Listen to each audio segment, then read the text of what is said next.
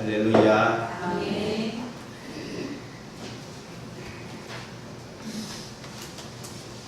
오늘 말씀의 제목은 참 제자의 자세.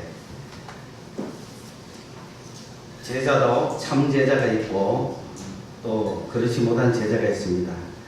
주님을 따르는 수많은 무리가 있었지만 제자들이 많이 왔다가 물러갔다, 그런 표현을 합니다. 그런 모습을 볼 때 제자라고 해서 늘 주님 곁에 있는 것은 아닌 것 같습니다. 그래서 그 중에 누가 참 제자인가 하는 이야기를 오늘 이 본문의 말씀을 통해서 해주고 있습니다. 우리가 1월 초에 사람을 낳는 부부가 되게 하리라 라고 하는 그런 주제를 가지고 시작했습니다. 벌써 8월이 되었지만 우리는 한 명도 낚은 것도 없고 우리가 노부가 된 것 같지도 않고 또 앞으로 될 가능성도 없는 것 같아요. 그런데 한 해는 다 가고 여름이 다 가고 이제 비로소 저 표가 우리에게 어떤 관계가 있는가 그런 생각을 하기 시작합니다. 마침 이럴 때에 이 8월이 가기 전에 주님은 오늘 이 본문의 말씀을 우리에게 주시면서 제자에 대한 확실한 이야기를 해주고 있는 것 같습니다. 오늘은 참 제자의 길에 대해서 한번 생각을 해보고자 합니다. 첫 번째 말씀에 보면은 이제 예수님은 제자들에게 선생님의 계획과 선생님의 비전과 선생님이 하시고자 하는 일을 이야기를 했습니다. 그게 뭐냐면은 나는 지금 예루살렘에 간다. 가야 한다. 예루살렘을 가야 한다. 그런데 그 예루살렘은 영광의 장소도 아니요. 그곳에 가서 우리가 정권을 획득하는 일도 아니다. 그곳에 가면은 장로들이 있는데 그 장로들과 나는 부딪힐 것이고 대제사장이 있는데 대제사장과 나는 부딪힐 것이고 서기관, 율법사들, 말씀 해석자들이 있는데 그들과 나는 부딪힐 것이다. 한마디로 유대교와 대결하고 기존의 모든 방식과 싸우는 그런 일을 하셔야 된다는 겁니다. 그러한 주님에게는 그들에게 박해를 당하고 죽을 수밖에 없는 거죠. 그 뻔한 얘기입니다. 누가 환영을 할 사람이 혹 있을 것이다 하고 가는 게 아닙니다. 그들과 대화해서 설득을 하러 가는 것도 더더구나 아닙니다. 장로들은 그렇게 이야기할 것입니다. 누가 무엇이기에 백성들을 현혹시켰느냐, 백성들의 지도자가 되느냐. 대제사장은 그렇게 이야기할 것입니다. 누가 무엇이기에 사람의 죄를 사해 주느냐. 율법사들은 그렇게 이야기할 겁니다. 누가 무엇이기에 율법을 어기고 안식일날 일하게 만들고 안식일날 병 고치고 안식일날 사람을 구원하느냐. 율법을 지키지 않으면 지옥인데 어떻게 너는 율법을 파괴하느냐. 그렇게 이야기할 거라고. 그렇기 때문에 장로들과 대제사장과 율법사들에게 반대를 당할 것은 분명합니다. 그들은 예수를 가만히 놔두지 않을 것입니다. 죽일 것입니다. 그런데도 주님은 그것이 진리요 길이요 생명이기 때문에 가서 절해야 됩니다. 부딪혀야 하는 것입니다. 죽음으로써 구원을 얻는 겁니다. 그러면서 주님은 죽으면서 끝나는 게 아니라 3일 만에 살아나리라.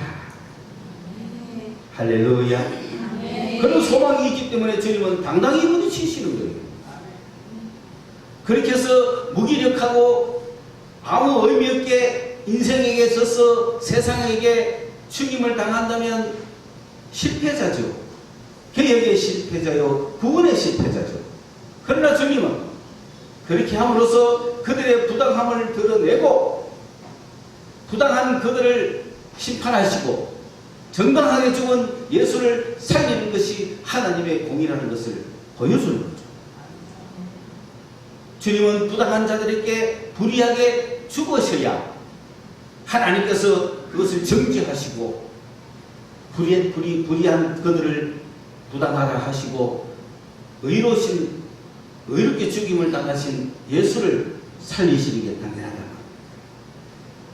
그러니 주님은 죽으실 뿐만 아니라 제3일에 다시 살아나야 할 것까지도 말씀을 했는데, 오늘 그 말씀을 듣는 우리 제자들은 어떻게 해야 되겠습니까?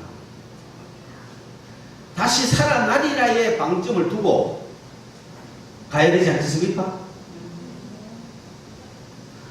예수가 살지 못한다면 말고 따르겠어요. 언제 이 땅에 정의가 온다고? 언제 이 땅에 평화가 온다고? 언제 이 땅에 진리가 올 거라고 싸우겠습니까? 진리를 몰라서 진리가 오지 않는 게 아닙니다. 정의를 몰라서 정의가 오지 않는 게 아닙니다. 세상은 진리를 무시하고 정의를 짓밟아 버리는 거예요. 그래서 진리를 외치다 정의를 외치다가 쓰러져 가는 거예요. 쓰러져 죽으면 또 그 후대들이 또 들고 일라고, 후대들이 또 들고 일라고 계속 반복될 뿐이지, 이 세상은 구원자가 없습니다. 주님도 그런 부류의 한 분이라면 굳이 우리가 예수만을 따를 이유는 없는 거죠.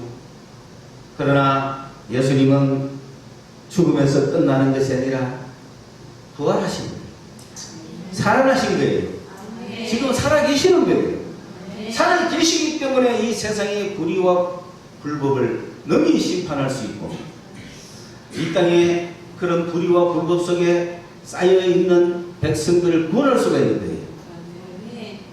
그 일을 위하여서 주님은 제자를 부르셨습니다. 제자를 불러서 주님을 따르는 자들, 그들을 제자라고 합니다.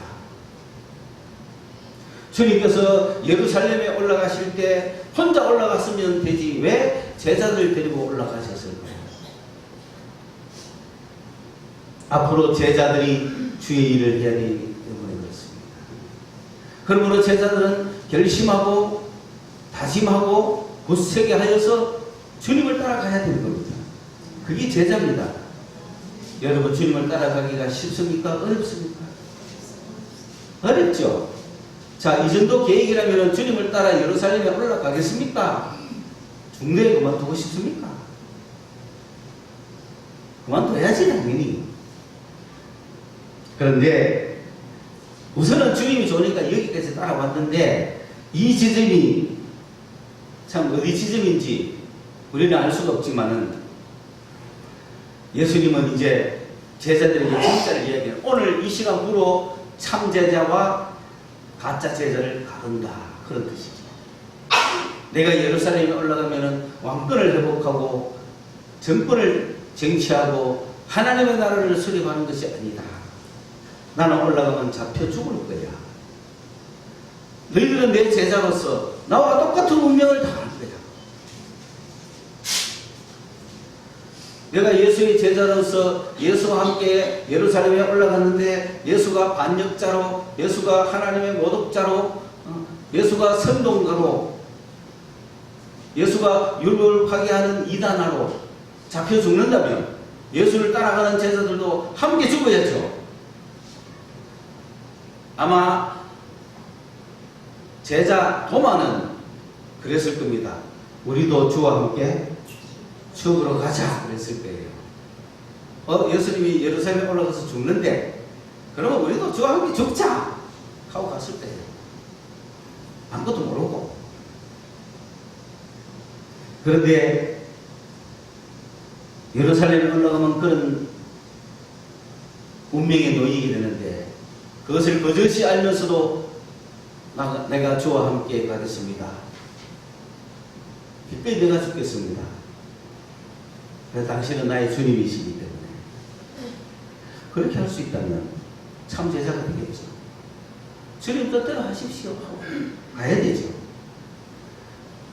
말은 그렇게 하면서도 속으로는 능력의 주님이, 하나님의 아들이 설마 그럴 리가 있겠나. 예루살렘에 올라가면 달라질 거야. 정권을 잡고 나서 그래도 충성하나 안 하나 그거 보려고 지금 우리에게 이런 말을 하실 거야. 이런 생각을 한다면 뭐 그래도 좋습니다. 입으로는 주를 따르겠다고 한다면.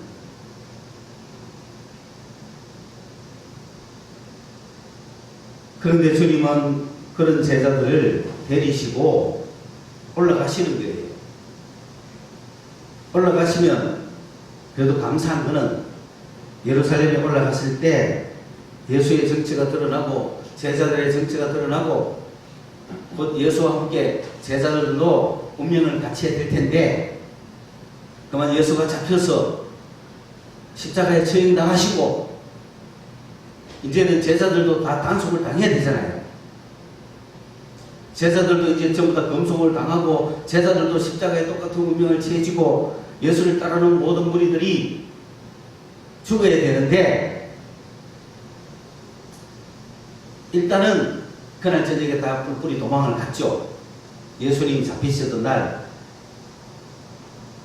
1차적으로는 예수 따라 같이 가가 죽지는 않고 도망을 갔어요. 기록 이야기하면은 베드로하고 베드로하고 요한은 그 주변에 갔다고 이야기가 나와 있습니다만은 그러나 뿔뿔이 흩어진 후에 예수님은 잡히시고 그 밤에 잡히시고 그 다음날 새벽에 재판받으시고 그 다음날 오전에 처형을 당하시고 그리고 그날 오후에 운명하신 겁니다. 그리고 그날은 안식일이라 괜찮았어요. 안식 후 첫날 이제 예수의 제자들과 잔당들을 잡아 죽이겠죠. 그런데 감사한 것은 그 사흘 만에 주님이 부활하셨다는 사실. 하루도 틈을 두지 아니하시고 부활하신 거예요. 만약에 5일째 부활했다면 그 이틀간에 제자들이 다 죽지 않았을까요? 정말 틈도 주지 아니하시고 주님은 안식 후 첫날 새벽에 부활하셨습니다.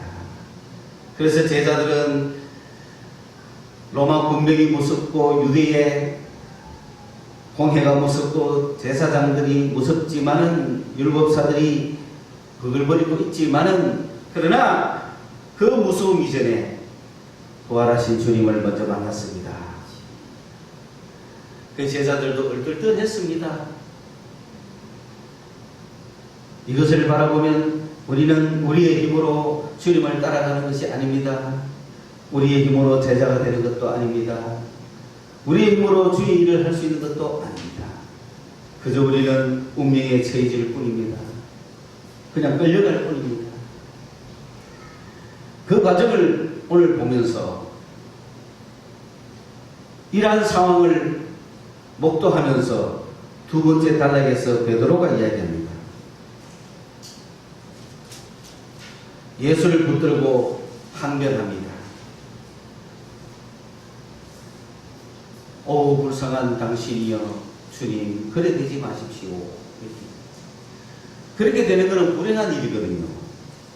그래서 원어적으로는 어이구 불행한 당신이여 이런 뜻입니다. 그거 뭐냐면은 그런 일이 당신에게 일어나지 않기를 바란다 이 말이죠. 그래서 영어로 번역은 never라고 하는 거예요. 그러지 마세요. 절대 그러지 마세요. 절대 그래 되지 마세요. 우리 선생님이 죽다니 말이 안 되잖아요. 그런 일은 결코 일어나지 않을 것입니다. 그 이야기를 그냥 지나가면서 뒤에서 혼자 조용히 말한 것이 아니고 예수의 얼굴을 정면으로 쳐다보면서 했어요. 딱 불러가지고 영어로는 그 표현을 사이드 했다는 거죠. 옆으로 불러내가지고 딱 이야기했다는 거죠.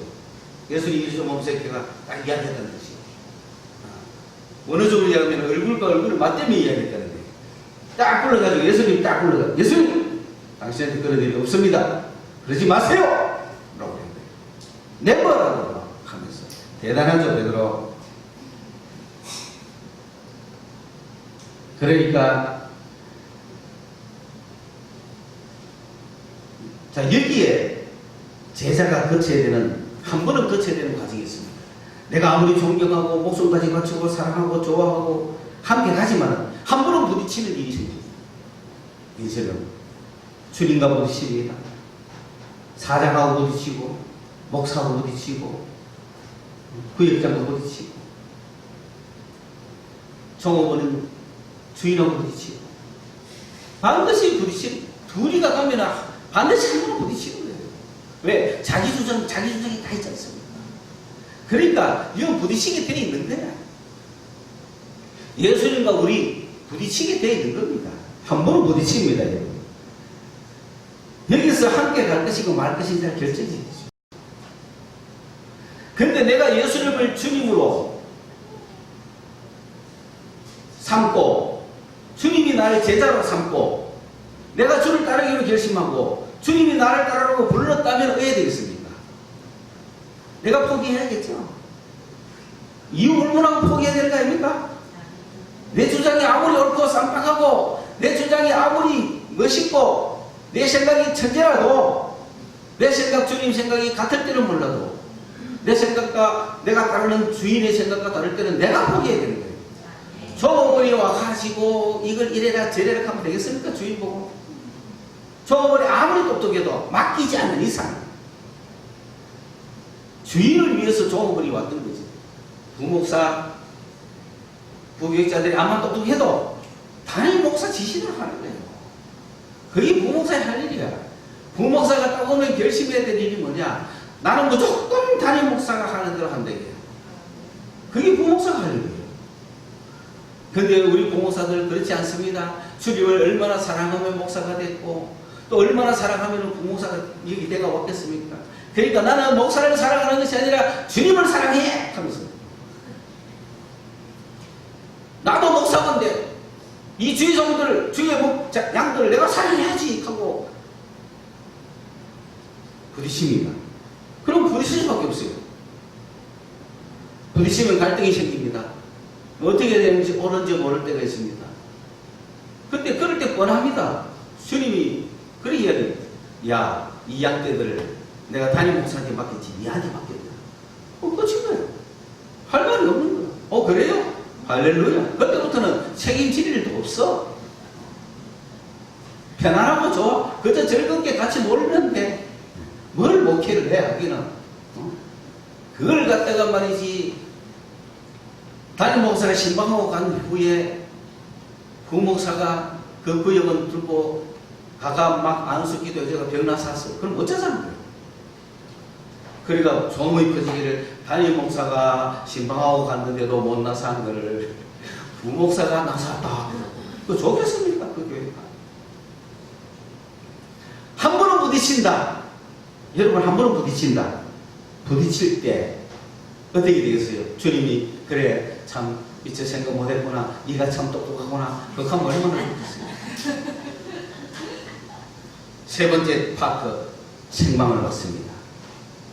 책망 받아야 됩니다. 오케이? 부딪히면 내가 아무리 옳아도 뭘 받자? 책망 받아야 됩니다. 책망은 잘못을 드러내는 걸 책망이라고 그래요. 네가 요런 거 잘못했다 이거야. 책망은 야단이 아닙니다. 막 이렇게 때리는 게 아니에요. 잘못을 밝혀주는 거예요. 네가 뭘 잘못했는지를 밝혀주는 그걸 책망받는다. 그래서 책망받을 때에 낙심하지 말라는 거예요. 네가 싫어서 네를 죽이기 위해서 뭘 야단치는 게 아니라는 거예요. 너의 잘못이 무엇인지를 가르쳐주는 그걸 책망이라고 합니다. 여러분 책망을 달게 받으시기를 바랍니다. 그러니까 내 생각까지 없애라는 건 아니에요. 내 생각을 죽이라는 것 아니에요. 한번 잡아내세요. 한번 해보세요. 그러니까 뭘 받아라? 책망 받아야 됩니다. 소위 말하면 뚜리마야 됩니다. 그러니까 이 책망이 정말 어르면 내가 바꿔야 되죠. 내가 바꿔야 되죠. 두 개 부딪혔을 때. 베드로와 예수님은 어떻게 생각이 달랐습니까? 어떻게 부딪혔습니까? 베드로는 그걸 압니까 모릅니까? 베드로는 무엇을 잘못했기에 주님과 부딪히는 생각을 하게 됐습니까? 주님은 그것을 이야기하는 겁니다. 그럼 베드로를 향하여 예수님은 하나님의 일을 생각하는데 베드로는 사람의 일을 생각합니다. 예수님은 하나님의 일을 하고 있다고 했잖아요. 그러니 예수님은 하나님 편에서 생각하고 하나님의 일을 위해서 죽으면 죽어야 되고 가야면 가야 되고 해야면 해야 되는 것이지. 사람의 예대로 하는 게 아닙니다. 이렇게 하면은 나쁘고 이렇게 하면 좋고 이렇게 하면은 뭐 잘 되는 거고 이렇게 하면 못 되는 거다. 그런 기준에 있는 게 아닙니다. 예수님은 하나님의 일을 어떻게 하는가에 있는 것이지. 그리스도인들은 좋은 데 가서 사는 게 아닙니다. 하나님이 원하는 데 가서 사는 거고 하나님이 하는 일을 하는 거지. 저게 쉬운 일이다. 저게 좋은 일이다. 저게 복된 일이다. 저게 행복한 일이다. 그거 찾아가는 게 그리스도인들이 아닙니다. 교회에 나오면은 좋은 일, 축복된 일, 잘되는 일이 무엇인지를 가르쳐 주는 것이 아닙니다. 어디에 가면 잘 사는지 이런 걸 가르쳐 주는 것이 교회가 아니에요. 교회는 주님의 몸으로서 주님이 원하는 걸 하는 게 교회예요. 힘들어도 해야 되고 망해도 해야 되고 어려워도 가야 되고 열악해도 그것에 가는 것이 주님의 뜻이라면 가는 게 그리스도인들이에요. 왜 그리스도인들이 좋은 데를 찾아다닙니까? 말도 안 되는 이야기 하지 마십시오. 그게 하나님의 일입니다. 사람의 일을 생각하면 안 되는 거예요.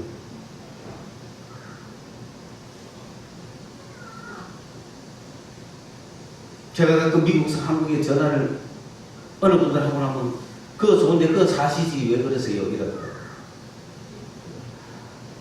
내가 그 사람 시험 들까봐 뭐 나를 위해서 해주는 말인데 말은 아니지만 속으로는 사탄아 물러가라. 목사가 어디 좋은 데 찾아다니면 사는 사람인 줄 아느냐고. 여가 좋아가 내가 이거 온 줄 아는 거지. 여가 좋아서 이거 살라고 온 줄 아는 거지. 여가 좋은 줄 왜 몰라? 살고 싶으면 그 삶은 좋지요. 그러나 주님의 사명 따라 움직여야 될 사람들이 아무리 힘든 오지라도 가야 되는 건 가야 되잖아요. 아무리 저개발국이라도 수도도 나오지 않는 곳이라도 가야 되는 거 아닙니까? 그리스도인들은 좋은 데를 찾아다니는 게 그리스도인들이 아닙니다. 하나님의 일을 생각하셔야 된다. 사람의 일을 생각하는 것이 사탄입니다. 그래서 예수님은 베드로를 책망했습니다. 베드로가 무엇을 잘못 생각했는지를 가르쳐 주는 거죠. 베드로는 인간적으로 생각한 거예요. 이제 예수님이 하나님의 아들이시니까 이 땅에 하나님의 왕국을 형성하면 안 되겠느냐? 너무 좋죠. 그런데 예수님은 그것이 아니라 내가 가서 이 땅의 왕국에게는 잡혀 죽고 내가 다시 살아나서 새로운 왕국을 만들겠다 이 뜻 아닙니까? 그 깊으신 뜻을 알았다면 누구나 반대하지 않고 할렐루야 하고 동참했을 겁니다. 그런데 베드로는 자기 민족이 잘 살고 하나님의 나라를 예수님을 통해서 다시 한번 형성해서 이 땅에서 멋있게 잘 살 생각만 하니 사람의 일만 생각하니 예수님은 올라가셔서 장로들과 제사장들과 서기관들에게 잡혀 죽을 것이 아니라 그들을 하나님의 권능으로 싹 심판해버리고 아무도 건드릴 수 없는 로마도 배척해버리고 하나님이 직접 다스리는 그런 하나님의 나라를 형성합시다. 누구 말이 옳은 것 같습니까? 베드로 말이 옳습니까? 예수님 말씀 옳습니까? 맞죠? 베드로는 자기 일만 생각한 거죠. 그런데 예수님은 온 인류를 생각하신 거예요. 이 땅에 이루어질 보이지 않는 나라, 하나님의 통치가 일어나는 하나님의 나라를 생각하신 거예요. 그 하나님의 통치가 오늘 우리에게도 있을 수 있는 겁니다. 오늘 이 시간에도 여러분의 마음속에서 하나님의 통치가 일어나는 거예요. 일어나야 하고요. 그런데 하나님께서 여러분의 마음속에서 하나님의 통치를 일으키고자 하니 우리 속에는 우리 통치가 있죠. 베드로와 같은 우리 생각이 있는 거죠. 그러니까 하나님의 통치와 우리의 생각과 싸우는 거예요. 그러면 책망받아야 되겠죠. 사탄아 물러가라는 소리를 막 들으셔야 돼요. 하나님은 우리 속에 오셔서 당신의 통치를 이루고자 하는데 그것은 평화요, 사랑이요, 기쁨이요, 영생인데 우리는 이 땅에서 잘 살고 잘 먹고 잘 되고 그런 걸 생각하다 보니 하나님의 통치와 내가 부딪힐 수밖에 없잖아요. 그러면은 책망을 받아야 되죠. 무슨 소리를 들어야 됩니까? 사탄아 하는 소리를 들어야 되겠죠. 사탄아 소리 듣거든 베드로처럼 빨리 깨우쳐야 되지. 내가 사탄이다 그러지 마세요. 그 주님이 베드로를 얼마나 사랑했으면 사탄아 그랬겠어요. 그런데 약간 거리가 먼 사람한테는 이런 소리 했다가는 안 되겠죠. 그러니까 사탄아 할 수 있거든. 굉장히 만만하고. 왜? 베드로와 주님은 하나 됐잖아요. 베드로와 주님은 하나. 만약에 베드로가 주님과 하나가 안 됐으면 주님은 베드로야 하면서 이야기를 했을 거예요. 베드로야 이게 아니고 이거고 저게 아니고 저거고 이게 하나님의 일이고 저게 세상 일이잖냐 라고 했을 거예요. 베드로를 당겼을 거예요. 그러나 베드로와 주님은 하나잖아요. 그러니까 그 속에 뭐만 남아있어요? 사탄이 남아있는 거잖아요. 그러니까 사탄을 물리친 거죠. 앞으로 베드로도 뭘 물리쳐라? 사탄을 물리쳐라는 거죠. 베드로야 니도 사탄을 물리쳐라. 그 말이죠. 그거는 네가 아니다 이거야.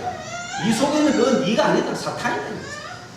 하나님의 뜻과 대적하고 있는 건 사탄인 거예요. 그러니 주님은 베드로야라고 말한 것이 아니라 사탄아라고 말한 거예요. 사탄아라고. 그래서 여러분 만약에 어떤 문제가 있을 때 사탄아 물러가라 하거든 자기 보고 가는 것이 아니라 주님을 방해하고 주님과 대적되는 그런 것들을 보고 말하는구나 하고 인식하셔야 됩니다. 괜히 사탄아 물러가가 시험에 들지 말기를 바랍니다. 자, 이 베드로가 책망을 받았습니다. 베드로가 책망을 받았기 때문에 이제 베드로는 진짜 주님의 제자가 됐습니다. 참 제자가 됐습니다.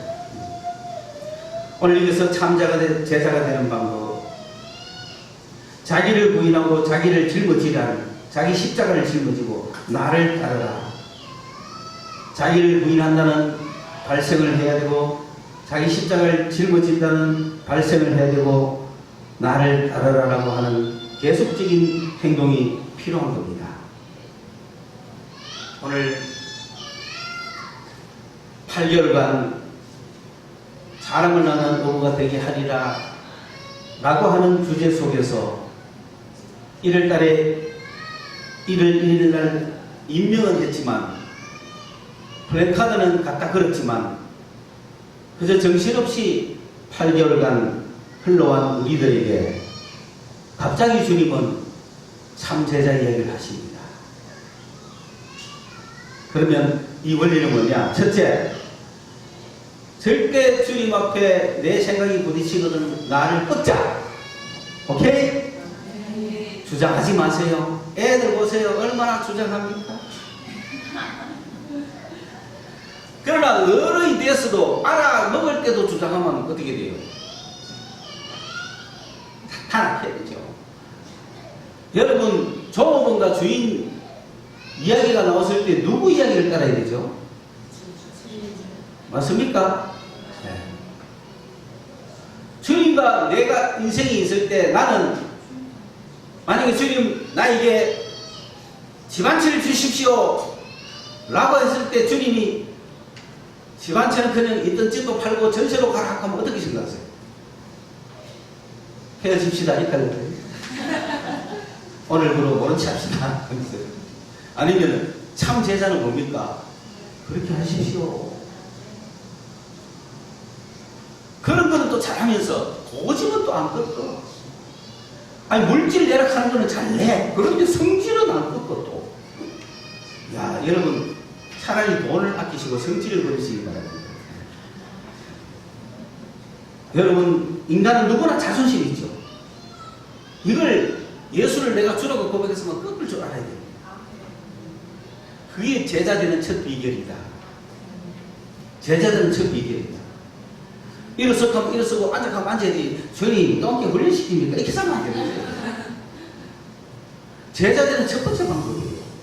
여러분 제자 대신 여러분 1월달에 임명 자동으로 받았잖아. 여러분이 시험처럼 받은 것도 아니고. 그럼 뭐 해야 돼? 완전 주님이 나를 마음껏 할 수 있도록 내 자신을, 내 조심을 꺾어놔야 되는 거예요. 그것만 하면 주님은 자동으로 우리를 제자 만드시는 거예요. 그러니까 오늘의 말씀은 뭐냐면은 여러분의 존심을 꺾어라. 여러분의 주장을 꺾어라. 여러분의 의견을 꺾어라. 여러분의 그 생각을 바꿔라. 예수께 굴복시키자. 요게 제자가 되는 첫 번째 지금 우리에게 요구하시는 겁니다. 아마 12월쯤 가면은 이제 그 훈련을 어떻게 했나 보시겠죠. 그래서 얼굴에 평안이 넘쳐야 됩니다. 자기 주장이 없어야 돼요. 자기 주장이. 이 비유의 말씀은 세상의 어떤 비유보다 더 강한 것 같아요. 우리가 제자에 대한 이야기를 비유할 때 가끔 그런 이야기 하죠. 유명한 수도사 밑에 제자가 되려고 세 사람이 찾아왔는데 이 수도자가 다른 거 하나도 안 지키고 화분을 주면서 저 바깥에 가면 꽃이 3개가 있는데 3개 주면서 세 사람에게 그 꽃을 화분에 심어 오너라. 그런데 거꾸로 심어 오너라. 뿌리를 위로 가게 하고 잎을 심어라. 그래서 가져와라 했는데 누가 제자가 됐겠어요? 거꾸로 심어본 사람이 제자가 됐겠죠. 그런데 둘은 왜 탈락했을까요? 똑바로 심었을까요? 왜 똑바로 심었을까요? 그렇죠. 한 사람은 말도 안 됐다 하면서 선생님이 잘못 말했겠지 하면서 바로 딱 심었고, 또 한 사람은 깊은 뜻이 있을 거야.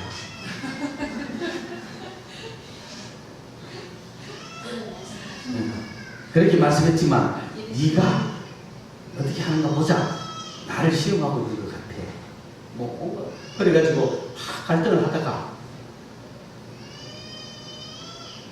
그 무슨 뜻이 있을까? 그래서 내가 만약에 거꾸로 심고 갔다면 선생님이 이런 말 하지 않을까? 야, 꽃을 거꾸로 심는 놈이 어딨냐? 내가 아무리 그래 말해서도 네가 알아서 심고 가야지. 그런 말을 들으면 어떡하나? 두 명은 다 탈락했어요. 거꾸로 심고 온 그 사람이 합격했어요.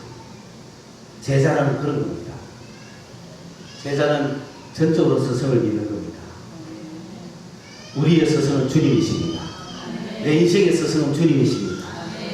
내 생각이 많지만 내가 주님의 뜻대로 나를 바꿔야 됩니다. 주님의 말씀대로 나를 바꿔야 됩니다. 주님의 의지대로 나를 꺾어야 됩니다. 주를 따라가야 합니다. 그게 참 제자입니다. 그러자면 주의 말씀을 열심히 들어야 됩니다. 주의 말씀을 열심히 봐야 됩니다. 주의 뜻이 무엇인가를 알아야 됩니다. 주님이 이렇게 하라 했으면 이렇게 하는 거고, 주님이 저렇게 하라 했으면 저렇게 하는 거예요. 내 생각에는 가면 안 되는 거예요. 우리 인간의 생각은 다 있지만 주님의 생각이 무엇입니까? 주님의 뜻이 무엇입니까? 그것을 물을 때 정말 제자의 삶을 사는 거예요. 여러분 제자의 삶을 살기를 원하십니까? 주의 말씀을 따라하십시오. 여러분의 고집을 버리십시오. 여러분의 생각과 여러분의 철학을 버리십시오. 주님의 말씀을 따라가십시오. 주님의 말씀이 어디에 있습니까? 주의 말씀을 열심히 들으십시오. 그리고 이 말씀은 성경에 있습니다. 성경을 여러분의 일터로 삼으십시오. 성경에서 뭐라고 했는지 열심히 보시고 그 성경의 말씀대로 여러분의 생각을 꺾고 성경 말씀대로 따라가십시오. 주님의 제자가 될 것입니다. 많은 열매를 맺을 것입니다. 사람 닦는 어부가 될 것입니다. 이 자리에 주의 백성들로 가득 찰 줄로 믿습니다. 기도하겠습니다. 하나님 아버지 은혜를 감사합니다. 제자로 불러주셨는데 이제 우리의 생각을 버리고 주님을 따르기를 원합니다. 주의 말씀을 따르기를 원합니다. 내 인생을 내 뜻대로 살아봤지만 이룬 것이 없습니다. 내 인생을 내 계획대로 살아봤지만 영생이 없습니다. 내 인생 내 계획대로 나를 위하며 나의 쾌락을 위해 살아봤지만 주님이여 남는 것이 없습니다. 이 시간 이후로 예수님을 나의 구주로 삼고 나는 주님의 제자가 되어서 내 생각을 버리고 내 뜻을 버리고 내 계획을 버리고 우리 주님의 계획과 주님의 생각과 주님의 뜻이 무엇인지를 알아서 배우고 그 주를 순종해 나가는 종들이 되게 해 주시옵소서. 주의 제자가 되게 하여 주시옵소서. 예수님의 이름으로 기도드리옵나이다.